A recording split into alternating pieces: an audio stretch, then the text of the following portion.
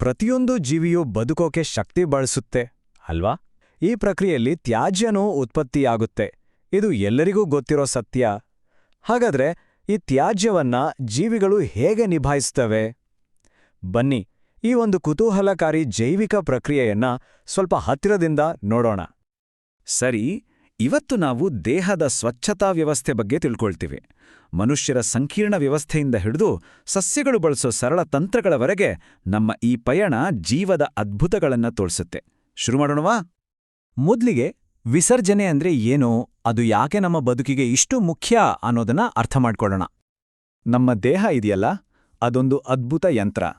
ಆದರೆ ಯಾವುದೇ ಯಂತ್ರದ ಹಾಗೆ ಇದು ಕೆಲಸ ಮಾಡುವಾಗ ತ್ಯಾಜ್ಯವನ್ನ ಉತ್ಪತ್ತಿ ಮಾಡುತ್ತೆ. ಹಾಗಾದರೆ ಈ ತ್ಯಾಜ್ಯ ಎಲ್ಲಿಂದ ಬರುತ್ತೆ ಮತ್ತು ಅದು ಯಾಕೆ ಅಷ್ಟು ಅಪಾಯಕಾರಿ? ಬನ್ನಿ, ಈ ಪ್ರಶ್ನೆಗೆ ಉತ್ತರ ಹುಡುಕೋಣ.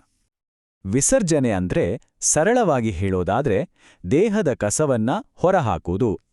ನಮ್ಮ ದೇಹದೊಳಗಿನ ರಾಸಾಯನಿಕ ಕ್ರಿಯೆಗಳಿಂದ ಉತ್ಪತ್ತಿಯಾಗುವ ವಿಷಕಾರಿ ವಸ್ತುಗಳನ್ನ ಇದು ಹೊರಹಾಕುತ್ತೆ. ಇದು ನಮ್ಮ ದೇಹವನ್ನ ಸ್ವಚ್ಛವಾಗಿ ಮತ್ತೆ ಆರೋಗ್ಯವಾಗಿ ಇಡೋಕೆ ತುಂಬಾನೇ ಮುಖ್ಯ. ಈ ಸ್ಲೈಡ್ ನೋಡಿ, ಎಷ್ಟು ವಿಧದ ತ್ಯಾಜ್ಯ ನಮ್ಮ ದೇಹದಲ್ಲಿ ಉತ್ಪತ್ತಿಯಾಗತ್ತೆ ಅಂತ. ಪ್ರಮುಖವಾಗಿ ಯೂರಿಯಾ ಅನ್ನೋ ಸಾರಜನಕಯುಕ್ತ ತ್ಯಾಜ್ಯ, ಆಮೇಲೆ ನಾವು ಉಸಿರಾಡುವಾಗ ಬರೋ ಇಂಗಾಲದ ಡೈಆಕ್ಸೈಡ್, ಅತಿಯಾದ ನೀರು ಮತ್ತು ಲವಣಗಳು ಅಂದ್ರೆ ನಮ್ಮ ಬೆವರು. ಅಷ್ಟೇ ಅಲ್ಲ, ಯಕೃತ್ತು ಕೂಡ ಕೆಲವೊಂದು ಉಪ ಉತ್ಪನ್ನಗಳನ್ನ ಹೊರಹಾಕುತ್ತೆ. ಇಷ್ಟೆಲ್ಲ ತ್ಯಾಜ್ಯವನ್ನ ನಮ್ಮ ದೇಹ ನಿಭಾಯಿಸಬೇಕು. ಸರಿ, ಇಷ್ಟೊಂದು ಬಗೆಯ ತ್ಯಾಜ್ಯವನ್ನ ನೋಡಿದ್ವಿ. ಹಾಗಾದ್ರೆ ನಮ್ಮ ಮಾನವ ದೇಹ ಇದೆಲ್ಲವನ್ನೂ ಹೇಗೆ ನಿಭಾಯಿಸುತ್ತೆ? ಅದಕ್ಕಾಗಿಯೇ ಒಂದು ವಿಶೇಷವಾದ ವ್ಯವಸ್ಥೆಯೇ ಇದೆ. ಬನ್ನಿ, ಅದರ ಬಗ್ಗೆ ನೋಡೋಣ. ಇವು ಮೂತ್ರಪಿಂಡಗಳು ಅಂದ್ರೆ ಕಿಡ್ನಿಗಳು. ಇವನ್ನ ನಮ್ಮ ದೇಹದ ಮಾಸ್ಟರ್ ಫಿಲ್ಟರ್ಗಳು ಅಂತಾನೆ ಕರಿಬೋದು. ಯಾಕಂದ್ರೆ ಇವು ದಿನದ 24 ಗಂಟೆಯೂ ನಮ್ಮ ರಕ್ತವನ್ನ ಶುದ್ಧೀಕರಿಸ್ತಾ ನಮ್ಮಲ್ಲ ಆರೋಗ್ಯವಾಗಿಡ್ತವೆ. ಈಗ ನಾವು ಅಂಗದ ಮಟ್ಟದಿಂದ ಒಂದು ಹೆಜ್ಜೆ ಒಳಗೆ ಹೋಗೋಣ. ನೆಫ್ರಾನ್, ಇದು ಮೂತ್ರಪಿಂಡದೊಳಗಿನ ಒಂದು ಸೂಕ್ಷ್ಮ ಘಟಕ. ಅಸಲಿ ಶುದ್ಧೀಕರಣದ ಕೆಲಸ ನಡೆಯೋದೇ ಇಲ್ಲಿ. ಇಲ್ಲಿ ನಡೆಯೋ ಪ್ರಕ್ರಿಯೆ ಇದೆಯಲ್ಲ, ಅದು ನಿಜವಾಗ್ಲೂ ಒಂದು ಅದ್ಭುತ. ರಕ್ತದಲ್ಲಿರೋ ತ್ಯಾಜ್ಯ ಹೇಗೆ ಮೂತ್ರವಾಗಿ ಪರಿವರ್ತನೆಯಾಗತ್ತೆ? ಈ 3 ಹಂತಗಳ ಪ್ರಕ್ರಿಯೆ ನಿಜಕ್ಕೂ ನಮ್ಮನ್ನ ಬೆರಗುಗೊಳಿಸುತ್ತೆ. ನೋಡಿ, ಈ ಇಡೀ ಪ್ರಕ್ರಿಯೆನ 3 ಸರಳ ಹಂತಗಳಲ್ಲಿ ವಿಂಗಡಿಸ್ಬೋದು. ಮೊದಲನೇ ಹಂತ ಅತಿಶೋಧನೆ. ಇಲ್ಲಿ ಅಧಿಕ ಒತ್ತಡದಲ್ಲಿ ರಕ್ತದಿಂದ ಸಣ್ಣ ಸಣ್ಣ ಕಣಗಳು ಅಂದ್ರೆ ನೀರು, ಗ್ಲೂಕೋಸ್, ಯೂರಿಯಾ ಎಲ್ಲ ಫಿಲ್ಟರ್ ಆಗದೆ. ಎರಡನೇ ಹಂತ ಆಯ್ದ ಮರುಹೀರಿಕೆ. ಇದು ತುಂಬ ಬುದ್ಧಿವಂತಿಕೆಯ ಹಂತ. ಫಿಲ್ಟರ್ ಆದ ದ್ರವದಿಂದ ದೇಹಕ್ಕೆ ಬೇಕಾಗಿರೋ ಗ್ಲೂಕೋಸ್, ಅಮೈನೋ ಆಸಿಡ್ ಮತ್ತೆ ನೀರನ್ನ ದೇಹ ಮರಳಿ ಹೀರ್ಕೊಳ್ಳುತ್ತೆ. ಅಗತ್ಯವಿರೋದನ್ನ ಯಾಕೆ ವೇಸ್ಟ್ ಮಾಡಬೇಕು ಅಲ್ವಾ? ಇನ್ನು ಕೊನೆ ಹಂತ ಕೊಳವೆಯ ಸ್ರವಿಸುವಿಕೆ. ಇಲ್ಲಿ ರಕ್ತದಲ್ಲಿ ಇನ್ನೂ ಉಳಿದಿರೋ ಬೇಡವಾದ ವಸ್ತುಗಳನ್ನ, ಉದಾಹರಣೆಗೆ ಪೊಟ್ಯಾಷಿಯಂನಂತಹ ತ್ಯಾಜ್ಯವನ್ನ ನೇರವಾಗಿ ಫಿಲ್ಟರ್ ಆದ ದ್ರವಕ್ಕೆ ಸೇರಿಸಲಾಗತ್ತೆ. ಹೀಗೆ ರಕ್ತ ಸಂಪೂರ್ಣವಾಗಿ ಶುದ್ಧ ಆಗಿ ಹೊರಬರುತ್ತೆ.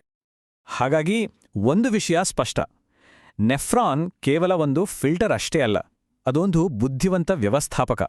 ಇದು ರಕ್ತವನ್ನ ಶುದ್ಧ ಮಾಡೋದ್ರ ಜೊತೆಗೆ ದೇಹದೊಳಗಿನ ನೀರು, ಲವಣಗಳ ಪ್ರಮಾಣವನ್ನ ನಿಯಂತ್ರಿಸಿ ಒಂದು ಆಂತರಿಕ ಸಮತೋಲನವನ್ನ ಕಾಪಾಡುತ್ತೆ. ಇದನ್ನೇ ಸಮಸ್ಥಿತಿ ಅಥವಾ ಹೋಮಿಯೋಸ್ಟೇಸಿಸ್ ಅಂತ ಕರೆಯೋದು. ಸರಿ, ಇಷ್ಟು ಮುಖ್ಯವಾದ ವ್ಯವಸ್ಥೆ ಒಂದು ವೇಳೆ ವಿಫಲವಾದ್ರೆ ಏನಾಗುತ್ತೆ ಮತ್ತು ಅದಕ್ಕೆ ವಿಜ್ಞಾನಿಗಳು ಕಂಡುಹಿಡಿದಿರೋ ಅದ್ಭುತ ಪರಿಹಾರವಾದರೂ ಏನೋ? ಬನ್ನಿ, ಅದರ ಬಗ್ಗೆ ನೋಡೋಣ.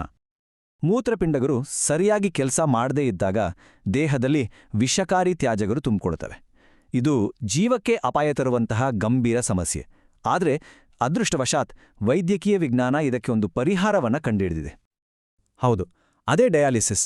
ಮೂತ್ರಪಿಂಡಗಳು ವಿಫಲವಾದಾಗ ಒಂದು ಯಂತ್ರದ ಸಹಾಯದಿಂದ ರಕ್ತವನ್ನ ಶುದ್ಧೀಕರಿಸೋ ಪ್ರಕ್ರಿಯೆ ಇದು. ಇದನ್ನ ಕೃತಕ ಮೂತ್ರಪಿಂಡ ಅಂತಲೂ ಕರೀತಾರೆ. ಹಾಗಾದ್ರೆ ಡಯಾಲಿಸಿಸ್ ಹೇಗೆ ಕೆಲಸ ಮಾಡುತ್ತೆ? ರೋಗಿಯ ರಕ್ತವನ್ನ ಒಂದು ಯಂತ್ರಕ್ಕೆ ಪಂಪ್ ಮಾಡಲಾಗುತ್ತೆ. ಅಲ್ಲಿ ರಕ್ತವು ಒಂದು ವಿಶೇಷ ದ್ರವದ ಮೂಲಕ ಹಾದು ಹೋಗುತ್ತೆ. ಪ್ರಸರಣ ಅನ್ನೋ ತತ್ವದ ಮೂಲಕ ರಕ್ತದಲ್ಲಿರೋ ತ್ಯಾಜ್ಯವೆಲ್ಲ ಆ ದ್ರವಕ್ಕೆ ಸೇರ್ಕೊಳ್ಳುತ್ತೆ. ಹೀಗೆ ಶುದ್ಧಿಯಾದ ರಕ್ತವನ್ನ ಮತ್ತೆ ರೋಗಿಯ ದೇಹಕ್ಕೆ ಕಳುಹಿಸಲಾಗುತ್ತೆ. ಇದು ನಿಜವಾಗಿಯೂ ಜೀವ ಉಳಿಸುವ ಒಂದು ತಂತ್ರಜ್ಞಾನ. ಇಲ್ಲಿಯವರೆಗೆ ನಾವು ಮಾನವರ ಬಗ್ಗೆ ಮಾತಾಡಿದ್ವಿ. ಈಗ ನಮ್ಮ ದೃಷ್ಟಿಕೋನವನ್ನ ಸಂಪೂರ್ಣವಾಗಿ ಬದಲಿಸೋಣ.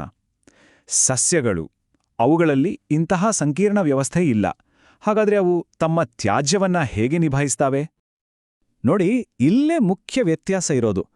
ಪ್ರಾಣಿಗಳಲ್ಲಿ ವಿಸರ್ಜನೆಗೆ ಅಂತಲೇ ವಿಶೇಷ ಅಂಗಗಳಿರೋ ಒಂದು ಸಕ್ರಿಯ ವ್ಯವಸ್ಥೆ ಇದೆ. ಆದರೆ ಸಸ್ಯಗಳು ಅವು ನಿಷ್ಕ್ರಿಯ ಅಂದರೆ ಪ್ಯಾಸಿವ್ ತಂತ್ರಗಳನ್ನು ಬಳಸ್ತವೆ. ತುಂಬ ಚಾಣಾಕ್ಷತೆಯ ವಿಧಾನಗಳವು. ಸಸ್ಯಗಳು ಬಳಸೋ ವಿಧಾನಗಳ ವೈವಿಧ್ಯತೆಯನ್ನು ನೋಡಿದ್ರೆ ಆಶ್ಚರ್ಯ ಆಗತ್ತೆ. ಅವು ತಮ್ಮ ಅನಿಲ ತ್ಯಾಜ್ಯವನ್ನ ಎಲೆಗಳಲ್ಲಿರೋ ಸಣ್ಣ ರಂಧ್ರಗಳ ಮೂಲಕ ಹೊರಹಾಕ್ತವೆ. ಹೆಚ್ಚಿನ ನೀರನ್ನ ಬಾಷ್ಪೀಭವನದ ಮೂಲಕ ಹೊರಹಾಕ್ತವೆ. ಅಷ್ಟೇ ಅಲ್ಲ, ಕೆಲವು ಘನತ್ಯಾಜ್ಯವನ್ನ ಉದುರೋ ಎಲೆಗಳಲ್ಲಿ ಅಥವಾ ಮರದ ತೊಗಟೆಯಲ್ಲಿ ಸಂಗ್ರಹಿಸಿ ಇಟ್ಟು ಅವು ಬಿದ್ದಾಗ ತ್ಯಾಜ್ಯನು ಹೊರಟೋಗುತ್ತೆ. ಇನ್ನು ಕೆಲವು ತ್ಯಾಜ್ಯವನ್ನ ರಾಳ ಮತ್ತು ಅಂಟಿನ ರೂಪದಲ್ಲಿ ಸಂಗ್ರಹಿಸ್ತಾವೆ. ಇನ್ನು ಕೆಲವು ತ್ಯಾಜ್ಯವನ್ನ ತಮ್ಮ ಬೇರುಗಳ ಮೂಲಕ ಮಣ್ಣಿಗೆ ಬಿಟ್ಬಿಡ್ತಾವೆ. ಎಂಥ ವಿಭಿನ್ನವಾದ ವಿಧಾನಗಳು ಅಲ್ವಾ?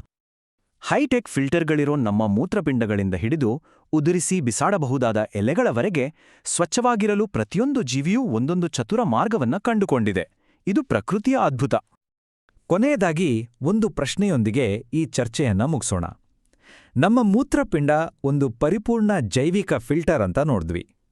ಹಾಗಾದ್ರೆ ಭವಿಷ್ಯದ ಶುದ್ಧೀಕರಣ ತಂತ್ರಜ್ಞಾನವನ್ನ ರೂಪಿಸಲು ಪ್ರಕೃತಿಯಲ್ಲಿರೋ ಇಂತಹ ಯಾವ ವ್ಯವಸ್ಥೆಗಳು ನಮ್ಗೆ ಸ್ಫೂರ್ತಿ ನೀಡಬಹುದು?